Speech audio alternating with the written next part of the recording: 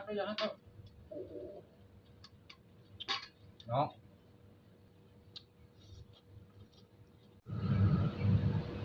อ้าวสวัสดีสบายดีทุกผู้ทุกคนมาแซ่บๆน้องกันมื้อนี้พวกพ่อกันของเก่าเบาลาวต้มปลาข้อใหญ่พี่น้อง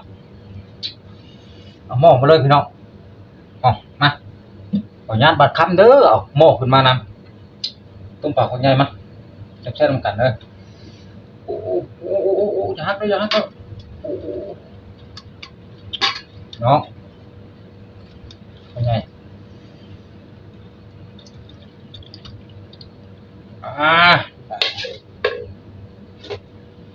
มาแซ่บๆน้ำกันเด้อน้ำเหลืองทองต้มปลาข้าวใหญ่แซ่บๆมื้อนี้กับเจียวตาเลือกพี่น้องมาต้องไปข้าวเหนียวร้อนๆมากินน้ำกันเด้อทุกผู้ทุกคนเด้อกินพ่อแม่พี่น้องทั้งลาวทั้งไทยทั้งใดก็ตามแต่ว่าพ่อแม่พี่น้องต่างประเทศมากินข้าวกินปลาน้ำกันเด้อต้มปลาข้าวใหญ่มื้อนี้มาแซ่บๆน้ำกันเลยทำแรกแห้งหมาดงุดผลก็มาแล้วพี่น้อง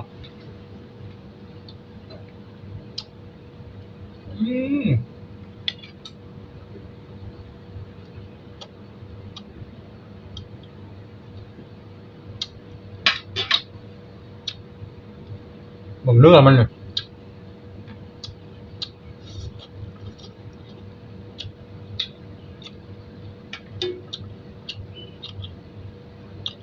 โอ้พี่น้องของแท้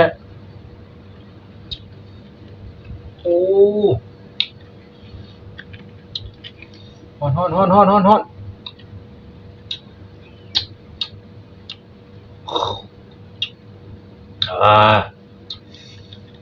ต้องใหม่ๆพี่น้องโอ้ของแท้พี่น้องใส่ปักใหญ่ของแซ่บอยู่น้ำปูหมักพี่น้องตับมันคมบีมากดำ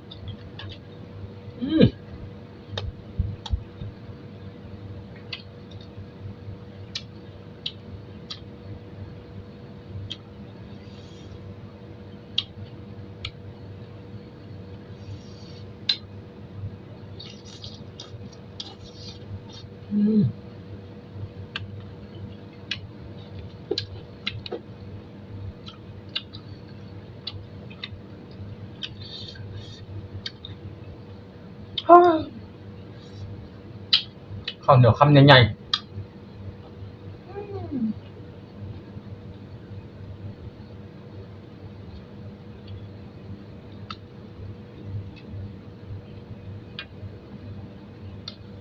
อาหารบ้านห้องต้มปลาข้างในสุดยอดแล้ว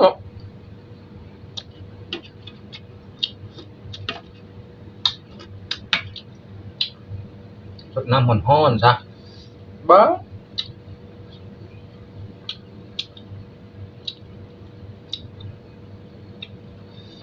เลิกจะให้จากหน้ามันเนาะพี่น้องเลิกมาจะมาลูกหญ้าลูกค้าหว่านปุ๋ยเข้าต้มปลาข้าวใหญ่กินง่ายเนี่ยมาก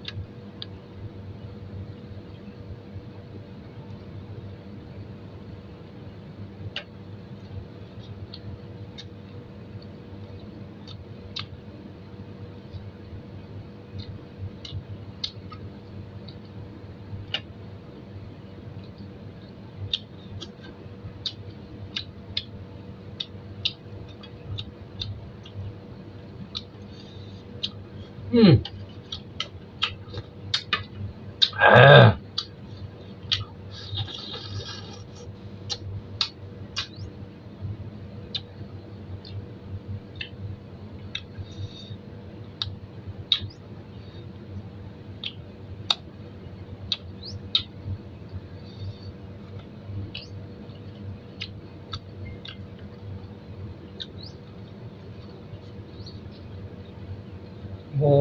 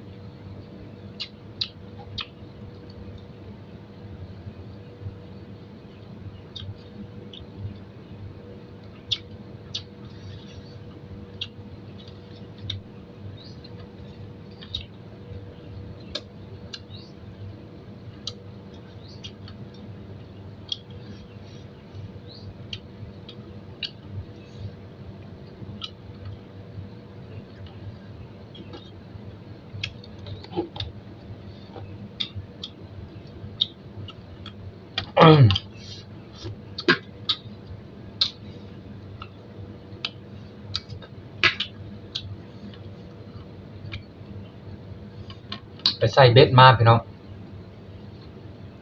เอาเหยื่อกับปูเสียบมันบ่มีตัวน้อยเด้อพี่น้องกินนี่แต่ตัวใหญ่ๆกิน4-5ขีดบักละโลขึ้นเมื่อ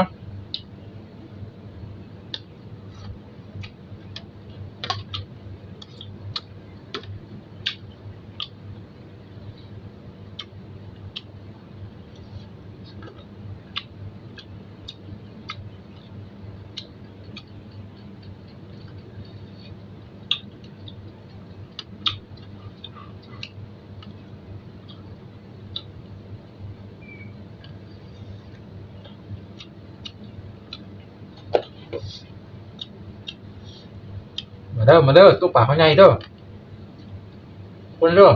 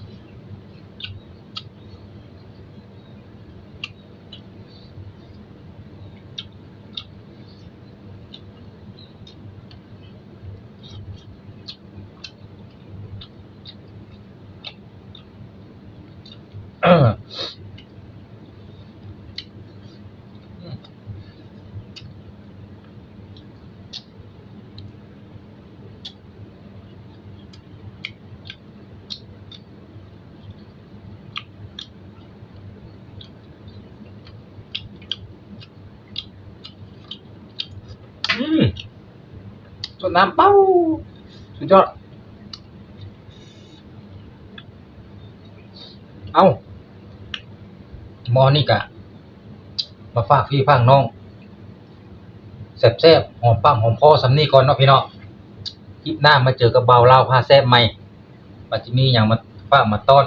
พ่อแม่พี่น้องก็ยังบ่ฮู้เทื่อเดี๋ยวสิไปหาไปซอกมาฝากพ่อแม่พี่น้องป้องไปทั้งลาวทั้งไทยทั้งพี่น้องอยู่ลาวทั้งพี่น้องอยู่ไทยทั้งพี่น้องอยู่ต่างประเทศฝากกดไลค์กดแชร์เบาลาวเลยเด้อเพื่อเป็นกำลังใจให้เบาลาวเด้อกลับทักทายสบายดีสวัสดีครับ